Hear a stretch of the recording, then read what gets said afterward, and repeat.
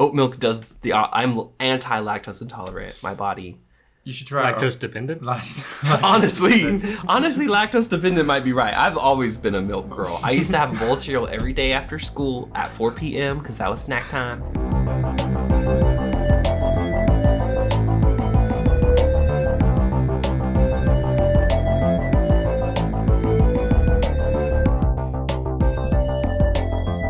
Hey everyone, welcome to another episode of Queeries. It's Ty. I just wanted to give y'all another quick community shout out. This time I wanted to talk about the Oklahoma State Parks. So Slayde and I this last weekend went over to Osage Hills State Park that's over in Osage County.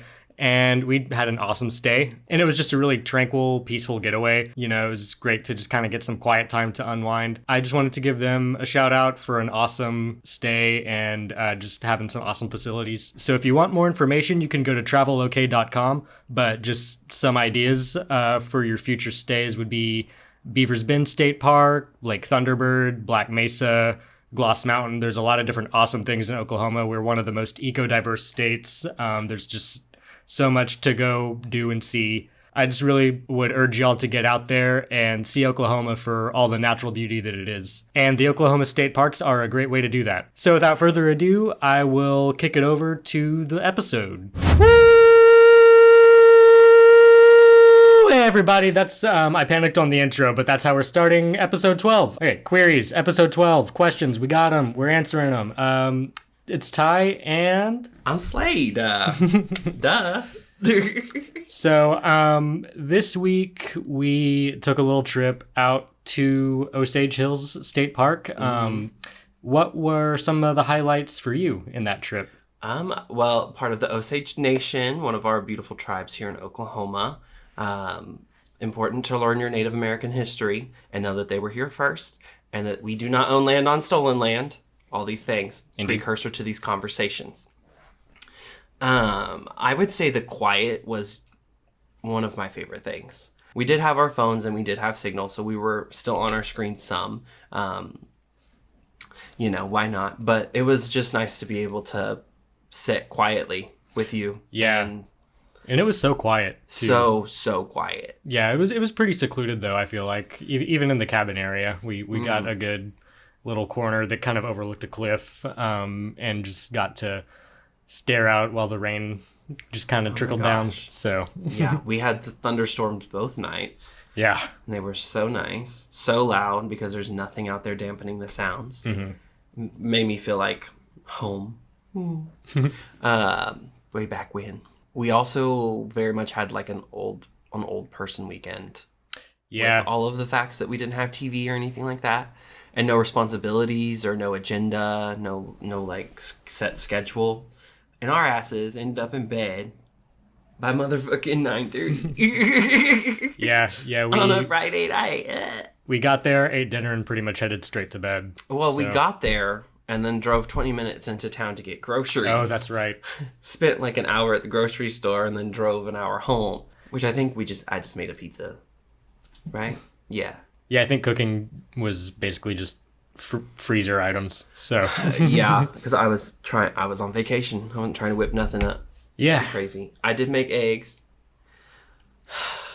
It was actually a pretty decent setup. Better than the one I got in this kitchen. I think that Osage Hills is probably one of the only state park cabins that I've stayed a full night in. But I give it 5 stars. Yeah, and whenever we went to check in, I had been driving, so I had to piss. So I went to the bathroom. Look at me like that. No, continue your piss. I had to go to the bathroom. And usually at a state park, you kind of expect there to be, I don't know, maybe a hole in the ground. Sure. That's been my experience at a lot of state parks is that the bathroom is not fancy, not nice. It's a hole in the ground. This place had air conditioning. It had, I'm pretty sure everything was automatic. It smelled nice in there. I said, oh, this is a bougie state park. Okay, she must have just got redone. It literally looked like they were 2 shipping crates. And there was like showers in the set of each sex. Sorry. No, I mean, that bears mentioning. Yeah. On that specific topic of bathrooms and it being a topic of conversation so often, Texas did pass their trans bill they're trans banned to bathrooms. I'm not as educated on this. So I believe they essentially, if you're like proposed or like can be perceived as someone who's trans, then you're not allowed to go in the bathroom. Because like if a trans man goes in the men's restroom, they're gonna get in trouble for that. But if they go into a women's restroom, the women in there could be it's a trap. Yeah, it's a trap. It's a whole trap. And lawmakers are now doing that purposefully so that we criminalize a community that already is criminalized and marginalized and everything. Need I remind all of you, they are less than 1% of our fucking population. And without trans people and trans women of color, trans people of color, civil rights would not be doing what she did. The gay movement would not be doing what they did. Absolutely not. Because without them, they're not. We don't have movement. Because oftentimes, I digress. Actually, I don't know if I want to get too far into that. Back to us staying at a cabin in the woods. I told you some of my favorite parts of it. What about you? That I didn't already mention. You have to. You can't say the same thing as me. I mean, I just enjoyed being able to, sit outdoors and enjoy nature for a while. It's been a while since I've been out of the city, so just getting to kind of chill in the foliage and the lush greenery of it all was really nice. It's the state parks too are just one of the parts of Oklahoma that I haven't explored quite as much. It's just something that I think is, it's a really important part of like our, state government. But yeah, it was just really nice to get out and see some different parts of the state that, I'm not used to, but especially just us getting some time away hasn't really happened for us in a while.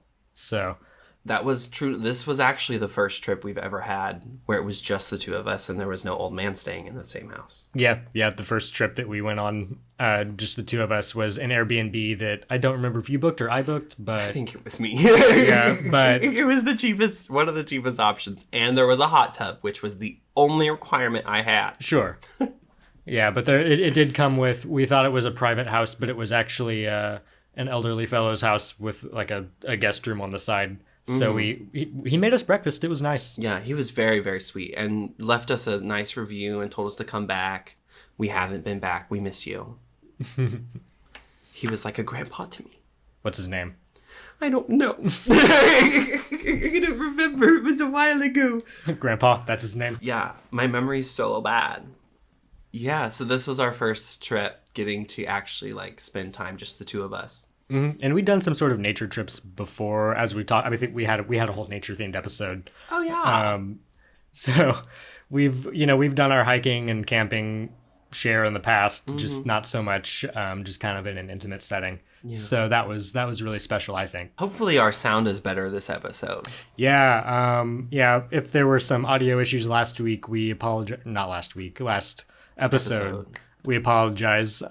We had some issues with the mic, but we think that we have it solved now. Well, I'm extremely excited to be able to have my bestie Alex on today. He has been our tech genius behind the camera. He's been my bestie for a long time now. He's extremely dependable, extremely loyal, and extremely kind. So I am very excited for people to get to see his personality shine because he is hilarious. As he makes faces behind the camera right now.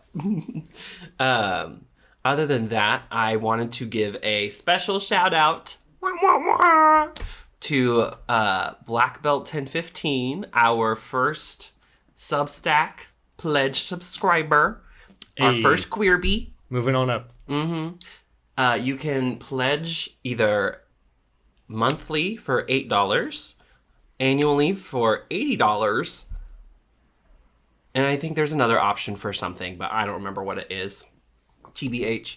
But yeah, you have the ability to help us be able to afford lapel mics. That's something on our list of things we need to get. But we're community driven, community powered. So We're broke hoes trying to get through this. Black Belt 1015 has been a instrumental part of helping us see the possibilities and see that they, as in people other than us, believe in us and believe in what we're doing. And Yeah, we're a whole ass operation now. yeah, that part. So thank you, Black Belt 1015, for being our first pledge, our first queerbie, because I feel like that's what we're going to be calling our fans, our queerbies, because that makes sense for some reason to me. But without further ado, we are going to introduce our lovely friend, Alex Davis. He is a photographer, cinematographer, videographer, and a hoedown throwdown. He loves a good adventure, he loves his mountains, and he loves his beaches, but he will get sunburnt. Without further ado, Alex Davis. Slide wipe! I'm over here now, and we are interviewing Alex. So, This is weird. yeah. Alex is our, on-site tech guru for our camera work and audio engineering, etc. He's just been, a really important part of our crew for the past several months as we build this project. So, Alex, is there anything else you'd like to say about yourself? I just pressed the record button, He does a lot more than that. He also Yeah. sets up the camera. and I'm late half the time. Well, you've been with us since episode 3? Yeah. Episode 2 or 3 then, yeah. Whatever I think was it was- first in another room. Was that the one with Robin? No, one before that. Okay, so it was 2. Okay. Yeah. Wow. Yeah, and now we're on 12. It's your 10 episode anniversary. How does that Can't. make you feel? I can't count. He's not here to do math, ladies and gentlemen. This is the best reward I could have gotten, honestly. I was ecstatic. I'm not gonna lie. I haven't had a Dr. Pepper in so long. Dr. Pepper, sponsor us. I mean, not Dr. Pepper. Dr. Choice. Homeland. They don't sponsor us either. Damn it. If they want to sponsor us, they can too. Dr. Choice, by the way, fire. Just putting it out there. Dr. Choice, what's up? More places need Pib. That's my only critique. When I first had Mr. Pibb was at Six Flags in the boiling heat. It was 102 degrees. You could barely sit down on any rides. There was the one like swing ride where the metal chains. They hadn't had the rubber over them yet. Ugh. And I was so scared. But when we got off, I had like chain marks on my God. arms. Okay, Ghost Rider. So I got a Mr. Pibb because I was 6 You were feeling and crying. the testosterone. You You said, I need a Mr. Pibb. Yeah, that was the first Extra. time I had a Mr. Pibb. Did you feel like a baddie? Yeah. Oh yeah. I was actually a year ago. No. I've grown a lot since last year. A year ago. And now that I'm big and 7. I'm big and 7 now. How old are you? I'm 25, 26 soon. It's crazy to think I'm older than you. That is crazy. Everyone where I work is older than me, so I get told I'm the baby. I'm the second oldest person at my job. Oldest? Yeah. Well, we could potentially be hiring another person that would be older than me, I believe. How many people do you work with? Like 8. They asked me to be the shift lead, so now I'm gonna be the shift lead. Oh man, it's because you were flaunting. Remember you were telling me whenever they came in, you were like, "Hi." Okay, never mind. I'm like, what are you talking about? You said the owner came in and like they were like talking you up. Oh yeah, They were like talking you up, yeah. and you just went with it. That's why. That's why. I need to start doing that. I don't know how. Baby, you just let them talk. Oh. The greatest skill you can learn, Yeah, I don't know how to do especially that. around men, is to just be silent because they'll fill the void within 30 seconds. You know what is crazy? That's how I like people. Like when I Yeah. talk and they just listen. That's nice. This is terrible, but I just talk a lot. I love it when people just listen to me all day. I just talk a lot. I don't mean it in like a negative way. I love listening too. I'm just You're a not as very good at it. listener. I don't think I'm that good. You at are very good you listen well to me. it. Okay, good. Okay, that makes me feel. Yeah, my partner says I listen to them, so that Yeah. Now I got 2 for probably 90, so I'll take it. For probably 90. Speaking of your lover, your partner, you want to talk a little bit about her? Oh yeah. Oh my gosh. I wish she was here right now. She's awesome. She's probably listening. She's about to make a mean pizza when I get home. Supreme $2 crust pizza. Hell But to yeah. slap. Yeah. Got that habanero ranch waiting for me in a dish. I'm so excited. But yeah, we've been cooking a lot. We've been like sharing the kitchen and just doing some cool stuff together. So I need to learn how to bake. I'm not good at it, so she's gonna teach me. That's my favorite. Baking's my favorite. I can do everything else but bake. I mean, you're just mixing stuff together and then putting it in an oven. Yeah, and letting it sit. That's my problem. Is it's measuring. I don't measure. You only have to measure the first time you do a recipe. Okay, that's true. Like, Don't listen to me, everyone else. But that's my tea. I'll mess up a pancake. Like that's technically baking. I'll mess. I mean, it's pretty hard to mess them up, but you like can. Half a cup of water, and I'll be like, I want to use vanilla almond milk, and it will be a completely different measurement online, and I don't know about it. See, the wild thing is that you went online to look up how much does vanilla almond milk exchange for water in my pancake mix. Yeah, I have issues. You could what did it tell you? Now I'm curious. It said there was mixed information. It said everyone was like, just use the same. Just use water, ho. Like, I wouldn't be searching this up if that was true. I wouldn't be looking it up. And it was like some people were like, you might want to add a little more like cornstarch to make it fluffier, like or not cornstarch. Were you making it from scratch? Yeah. You were making it from scratch? Yeah. Oh, you were just buying like the box or the bag? And adding stuff? No. So it's like egg and water because I'm lactose intolerant, so I can't have milk. I'm a normal human, okay? Everyone else is weird. Anyone who can drink milk and feel fine, y'all are weird. Anyone who can't drink milk and not feel fine? I can drink milk forever. I'm an oat milk girl. Yeah. I'll mess with oat milk. That is... It's just water. Better. I think it's... Maybe I'm weird. But that's not a thing. I know like 90% of the people listening are like, I'm wrong on this and you're wrong. But no, I agree. No one's wrong. You're just objectively wrong. Yeah. I love almond milk. Almond milk is awful, I will admit to that. But it's like 10 gross. Calories. So it's like, if you're like watching your calories, it's awesome to like swap out. To me, it's just like, it's whatever you're putting it in is where it really comes down to. Yeah. Like, that's where it matters. Oh, yeah. Because people think their oat milk lattes are like peak. Girl, that is not no. Keep it. No.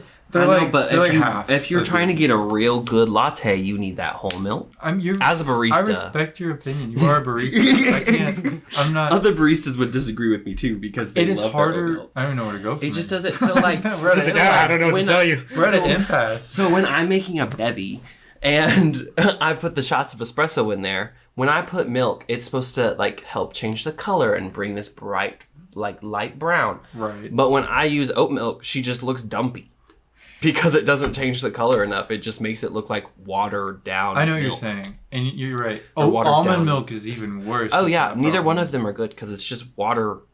What oat milk are you using? Cisco. Oh really? Okay, that's your problem. I have IBS, girl. But you said milk doesn't affect it? Milk doesn't have that. No, everything else, including the impending doom of the world, affects me in that way. I don't have to worry about milk. I just have to worry about life outside of milk. I didn't. This is all unscripted. I don't know where it's going. He just exposed me on camera for having IBS. I thought I had IBS. It helps. I didn't. I just was lactose intolerant. So all of this to say is you love your partner. Yes. Yes. I love my partner. Speaking of, always get the good oat milk. We've been making almond milk together from scratch. Oh my gosh, y'all are so cute. We've been putting it in little mason jars and labeling it. So what's your end goal with learning how to be self-sustainable? Oh, okay. We're going deep. All right. The end goal is... When we talk about it, it's more of just like a idealization of what we would want out of each other's cooperation. Like a good way to put it is like, if we're able to accomplish this together and learn new things and fail at growing the easiest of onions and laugh about it, it's kind of like, and get back up and try again. It's kind of fun, you know. It's more. It's not. I don't want to get too deep into it because it's literally it's just fun. Like to be very simple. I should get in deep. Failure is a good way to like understand each other's boundaries. And like recently, I've been doing way more than I've ever been well equipped to, and so is she. And we're just learning a lot about each other at the same time, and it's been really, really beautiful. Like a good way to like just understand like, oh, this is normal. Like this is how people talk. This is how we figure stuff out. This is how we have a disagreement. And like I'm sure I don't want to speak for her, but we've talked about it before where it's like we brace each other when we fail at something for like the outcome of our partner to say something based on previous experiences with friends or family or other partners, and we just brace ourselves, but then like we're immediately just every time shown the opposite, and it's like oh, I'm the problem. I'm the one that has like the comfortability issue that has to just I have to be more aware of, and it's not a bad thing. Like just becoming more aware of that is really nice. So doing extra things like planting really shitty onions and way too late in a spring season, and chives, and we have some oregano that went good. Oregano was good. Almonds, they grew great because we got them from Winco, so they were already done growing and in a bag. So I was like, y'all fucking grew almonds? Well, we had to milk them. How big is these almonds? You gotta wait till they're grown to milk them. Like, how do you milk an almond? From the almond nipple. You never milked an almond? No, girl. Do I look like somebody who's milked an onion? You soak them in water. Almond. You soak them in water for like a whole night, preferably. First you rinse them, and then you soak them. Then you drain the water and you rinse them again. And then they're like soaked and they'll get like huge. And then you milk them. No, I'm just kidding. You don't milk them. You blend them up. And then you take the pulp and you pour it and over a strainer. In a bag. And then, yeah. They have they're called nut bags. Literally called nut bags. It sounds like a nut bag. It sounds like something you would call somebody. Like it sounds like a mean term. You nut bag. Like, I hope that's not. Some people might be into being called a nut bag. You never know. I hope it's not. But cool process. We got to do it together. It was very messy. But stuff like that is just fun. Like, especially when like, you're worn out after a long week of work. Both of us are. We barely get to see each other during the day, a week. And then weekends and stuff, we just spur of the moment. Let's grow something. And another cool thing that we learned with that, or I did, I guess I can say, is it's okay to say no. Like, it's really okay. Like, if she's like, oh, we gotta go grocery shopping. Like yesterday, she's like, we really gotta go grocery shopping. I was like, I'm so worn out. I am so worn out. It's like, I'm gonna just stay home, but you can go if you'd like. She was like, oh, yeah, of course. And I was like, oh, okay, cool. And then like vice versa, the other way around too. Yeah. We just like I don't know who said it. I'm sure somebody can quote them. It's like, what's the saying? It's like, it's never 50-50, duh. But it's also never like always 30-70. Like it's sometimes 110 and then like 110. You're both matched at a really high peak of performance. Of like, or vice versa. It's always over the place. You just self-adjust. Well, because every person brings their own version of that number scale, because we all come with our own baggage and mental health. I always have kind of found that one hard to actually put into practice, because for me, I think that's a neurotypical kind of conversation. Yeah. Oftentimes 50-50, because you've already brought up how you don't love numbers. You're not a math person, so I was gonna say I love that so maybe like a bar graph. Yeah, a bar graph, because I'm always like, well, what if we're both at like 10%? Like, how the fuck are we supposed to make fill up for the that? rest? Yeah.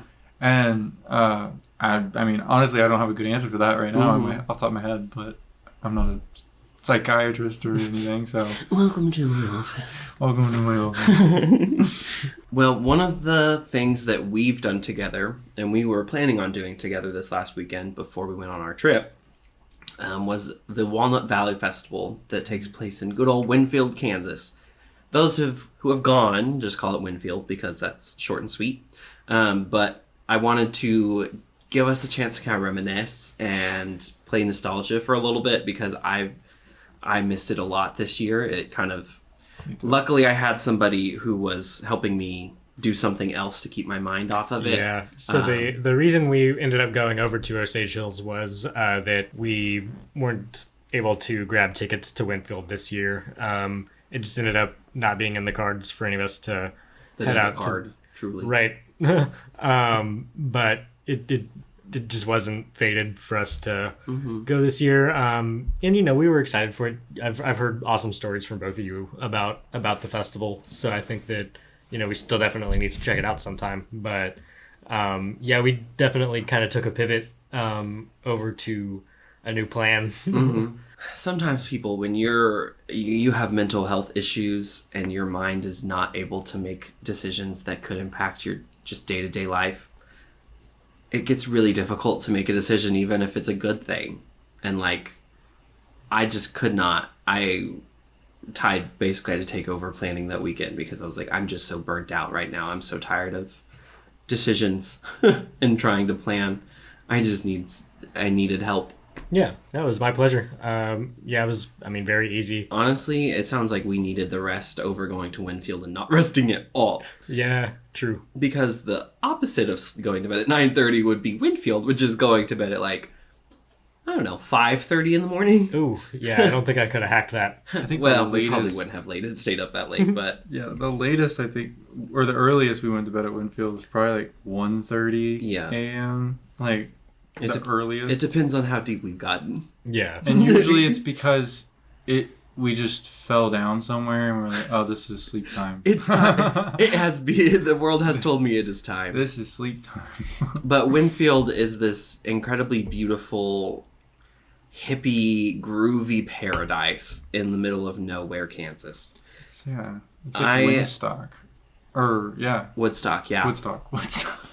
Would you say Windstock? Winstock. Winfield. Windstock, yeah. Yeah, that works. I meant to do that. This would have been my 4th year. I was very nervous the first night, just because I was like, there's so many people, and I'm not used to being around large groups of people, especially people who are older, and that generation has often not made me feel the most comfortable. But after the first night and seeing how wild these people were, and how little they cared about literally anyone else except for being nice to them, because everyone there is literally so nice. Yeah, I never got any rude treatment. No, there's no weird vibes. Nobody's looking at you funny or you're looking at you different. And you bring the whole camping shebang. I love you camping. made us breakfast every morning. You are Airbnb host out on the side of a hill. I love camping. It's my favorite thing. You made me appreciate it again. Yeah? Good. Good. I loved it. It was stressful when the coffee situation happened. But that was about it. Didn't you burn the whole pot? It was a French press. You're supposed to pour boiling water into it. And I just was not thinking in the morning. And so I put it directly on the stove. And I was like, why is it burning? Why is the bottom turning black? Why is it turning black? And then I was like, oh, that's right. You're not supposed to do this. That would have been this would have been my 3rd year. But I didn't go either. Same reason, just too much going on. Yeah. Yeah, I bought a 99 Miata that has pretty decent high miles, and I'm just doing a full engine rebuild on it because why not? I've always wanted one, and it was really cheap. So I took out the engine, took out all the internals, pretty much vacuum hoses and all the coolant hoses and radiator and intake, all that stuff, and ended up putting it all back together after I got all the stuff, seals, a lot of RTV and hopes and dreams, if anyone knows what that is. And after I sealed it up, I have some hopes and dreams. Oh yeah, I called Ty, not you Ty, the other Ty. Yeah, one of a few Ties. So many Ties. I need you to stare at this engine while I turn the key. And they're standing there just as quiet as can be, and I turn the key and it goes goom. It would not start. It sounded like it would almost start, and I was like, I broke it. Over. I broke it. Well, what's Miata with it? I was like, what's Miata with it? And it was oh my gosh. I got so defeated. It was a Saturday at 7 p.m. I had spent 12 hours working on it all for straight. Yeah. And no gay. I got that, that feeling when your face tenses up like almost like about to cry, but it's just like Rage. stuck. Yeah, like rage mixed with just sadness and defeat. Mm-hmm. I just felt so defeated. Turned out I just put the timing plate on backwards, which sucks because How It's far like- into that? you have to take the whole damn front of the Oh, car. no. So I took it all front apart, not the head or anything, just the valve. I didn't have to take the valve cover off. I did just to double check some things. Put it all back together. Started immediately. So Good. I felt so good. So you had to do some pivoting as well. Oh my gosh, that's what I was trying to get to. Is I Yeah. Yeah. pivoted.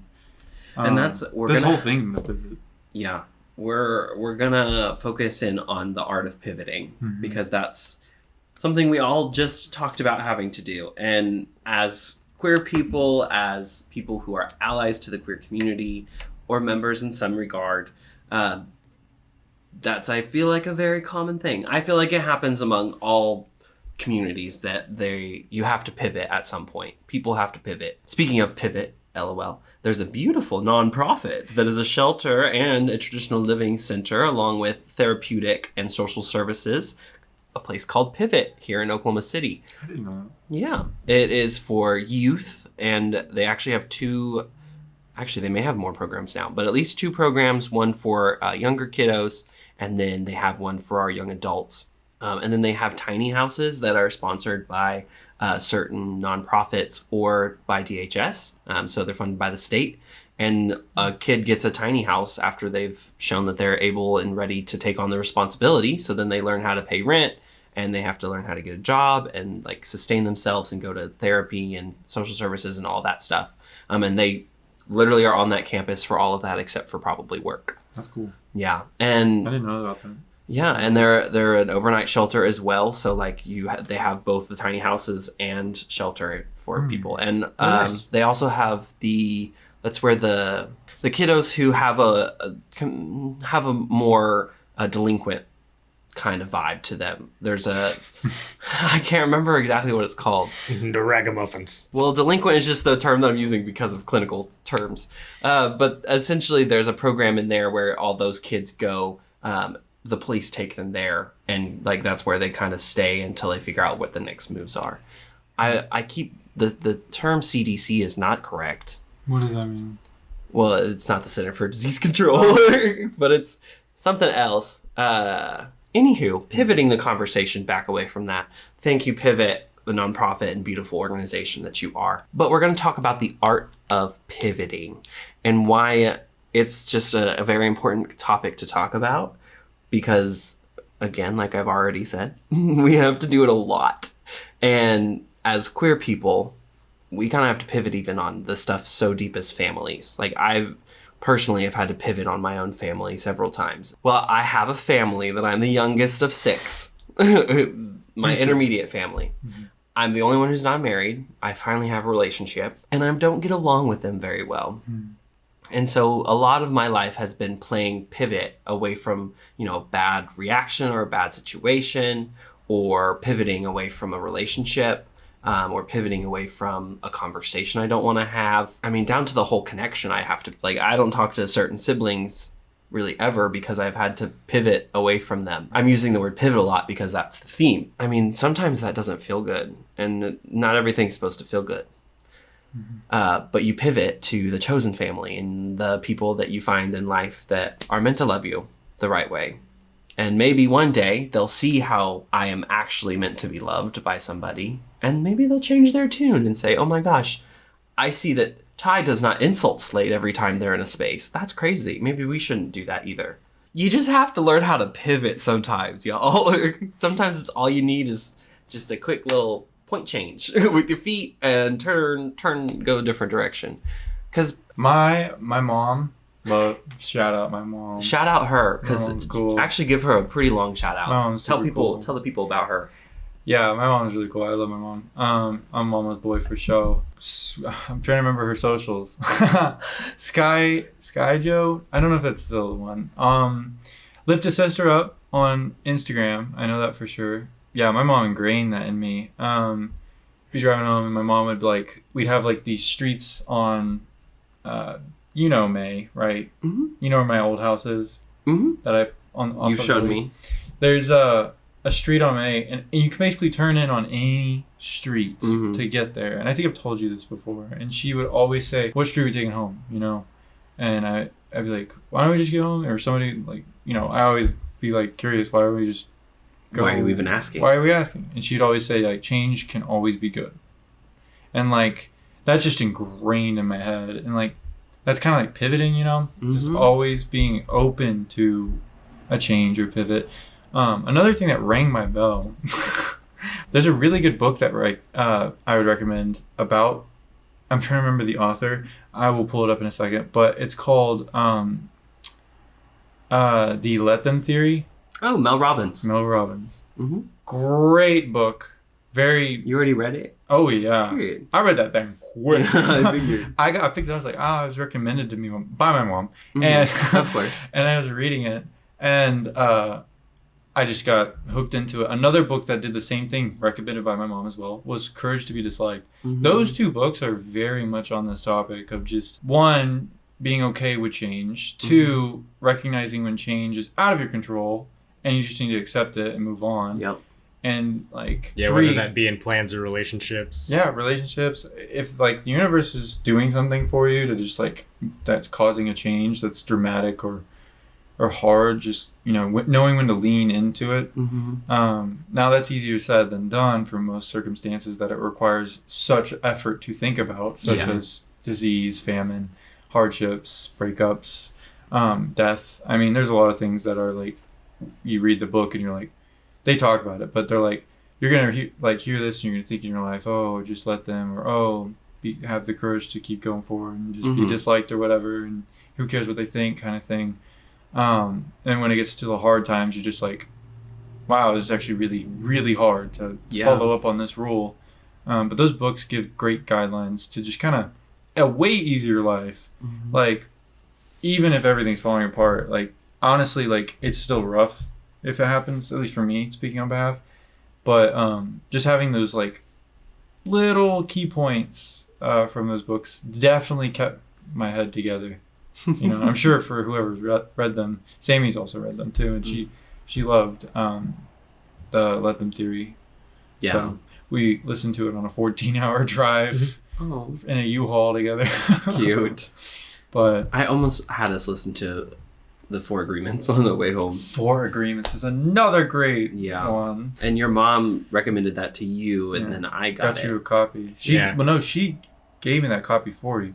Oh. Yeah, I think I told you that. I think he did too. Because part of that book is about expectations and how to be able to let them go and be able to change your like expectations of things. Isn't that one of the agreements? Don't make assumptions. Don't make assumptions. I almost got my mom would flame me if she didn't know it. Let's go through them together, You shall go ahead, we? 'cause- Yeah. Number 1 is be impeccable with your word. Number 2 is don't make assumptions. Yeah. Number 3 is... That's the one I was... That's the one I always forget. And then number 4 is always do your Always do best. best, yeah. Number 3 is... Something about... Believe in yourself. No. It's... Mom and Davis, don't be mad at us. I've read the book twice. I promise. Be impeccable with your word. Don't take anything personally. That's the one How don't can make I forget assumptions. that Always do one? best. I would, yeah, and those are really like I try really hard to listen to those and like live by those. But whenever I'm really like depressed, it's so hard. Whenever I don't have any like power to give, it's just so hard to like not take anything personally. That one's the hardest one. Yeah, That one's the hardest one. People make assumptions often, like a lot more often than they probably realize. We would like to get y'all's involvement on this too. Comment below or like, I don't know, do something to tell us a time or a story about you having to pivot and what kind of like pivots in life you think are important for all people to experience. Yeah. And just as a neurodivergent person, with sometimes issues being flexible and having certain needs, that can be very much a challenge, but it's just something that you have to confront on a daily basis. So you might as well build up some resilience and be able to, change things up on a dime when you need to. Yeah. Speaking on that topic, I get like, I guess what you could call it decision lock, or like Decision fatigue. Yeah, or pivot lock. I guess if we're talking about pivot. It's a pivot lock just for this episode. Where like, you know, something goes wrong and it requires like, you know, you have to make a choice. Like, I don't know, your car breaks down. You have to make a choice. Do I want to take it to a mechanic, fix it myself, and learn how to do it or whatever? And then as you're doing that, you know, something with your apartment or house breaks, and like, well, now I got to call the handyman, and then they don't come, and then you're just kind of at this point now where the next thing that happens, you're just like, can't even make a choice. Yeah. You know, and that happens all the time. Yeah. Like, that's where, honestly, like, I would say when it comes to like pivoting for me, the most time I ever think about it is the times where I had to lean on someone else, where like, that's where the most times where pivoting really speaks in my head, and I get like an idea of examples of when I had to pivot. For some, I mean, for me, it's really hard to rely on others sometimes. You know, that's something that is probably one of my things that I've just been trying to work on a lot, is just being okay when someone wants to do something for you and not thinking like, I gotta pay them back, I gotta help them, I gotta do something now for them, like I have to be even with them, and like realizing there's no scoreboard, like, and if there is a scoreboard, run, like if there's a scoreboard, run, like it's not a performance class based on your skills, okay?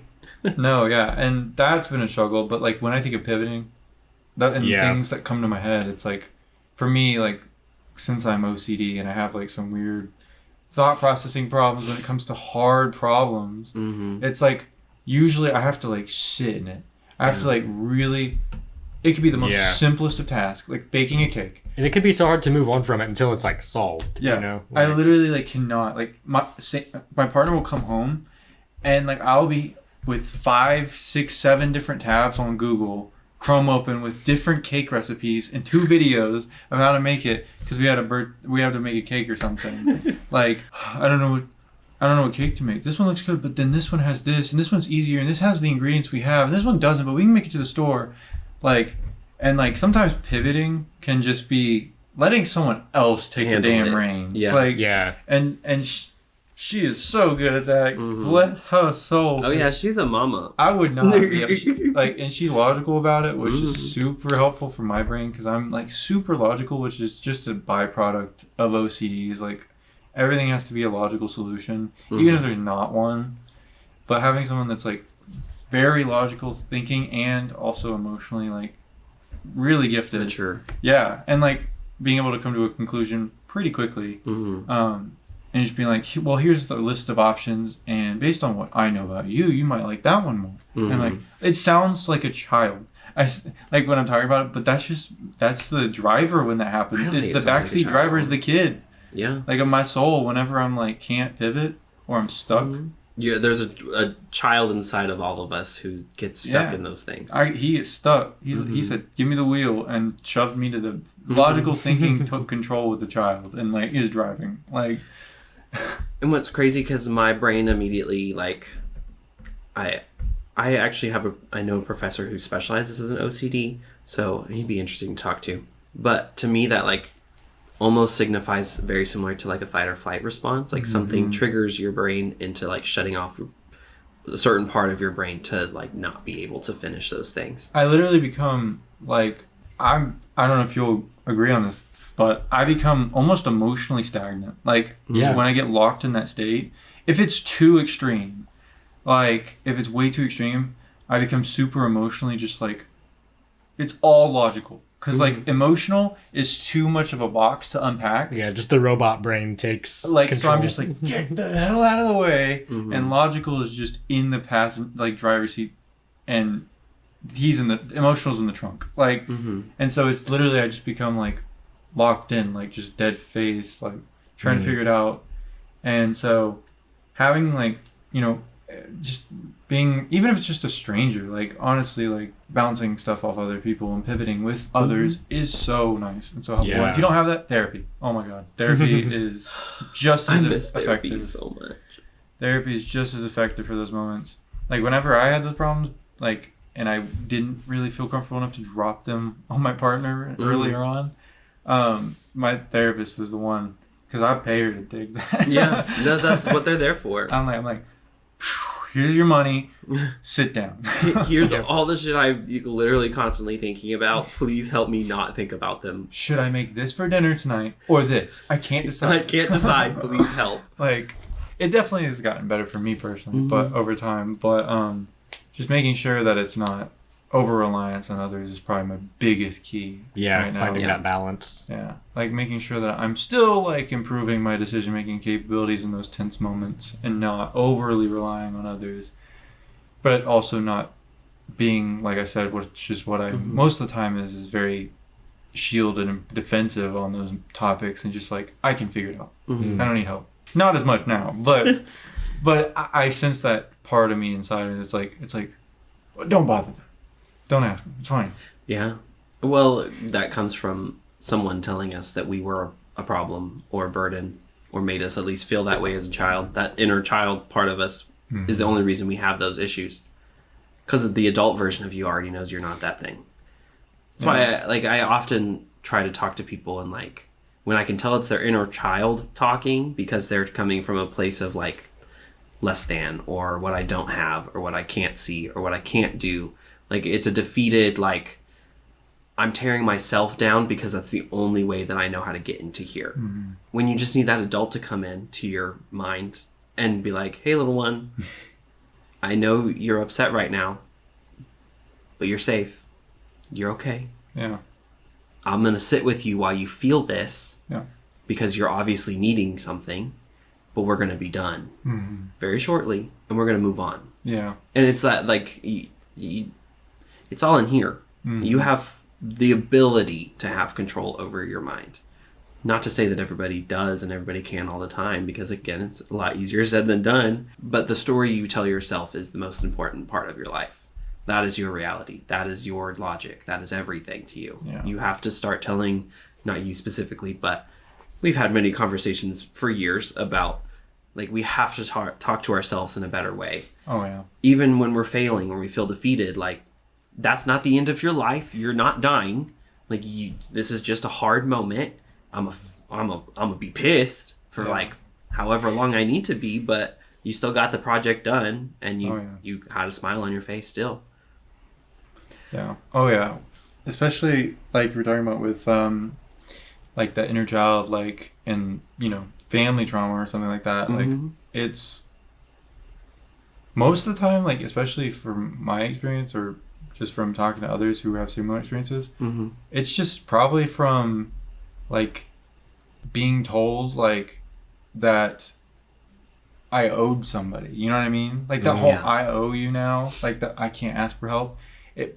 I know where it comes from. I've had a lot of talks about it. Yeah. But like it comes from just like, having someone whose job is to take care of you and do their best to make sure you're fed and clothed and stuff, and go to school and bills are paid and all that stuff, and they chose to have you and they're your parents, and and they later on just say like, after all that, or I already fed you today, or that I'm serious. I already fed you today. People really do say stuff like very narcissistic things that they can say, and for a child that just immediately turns into a future self of someone who doesn't want to ask anyone for help. Yeah. Because they're just afraid that they're going to keep school. So kind of in closing here, we just want to give the audience a chance to, in the comments section, if you want to give us any stories about times that you had to pivot or find some flexibility within yourself. We'd love to hear those tales as well. Do you guys have any closing comments? You can find me on Instagram at Alex_Zanders with an X at the beginning and no E and an S at the end. Yes. That's it. I memorized this beforehand because I don't know my username.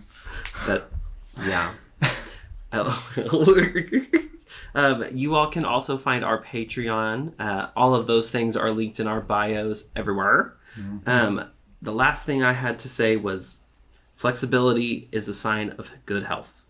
So mentally, physically, get flexible, stay flexible, honeys. And with that, I say good night. Thank you. Good night. I guess good afternoon. Morning. or- Good day. Bye. I'll Good. either saying ciao. Deuces.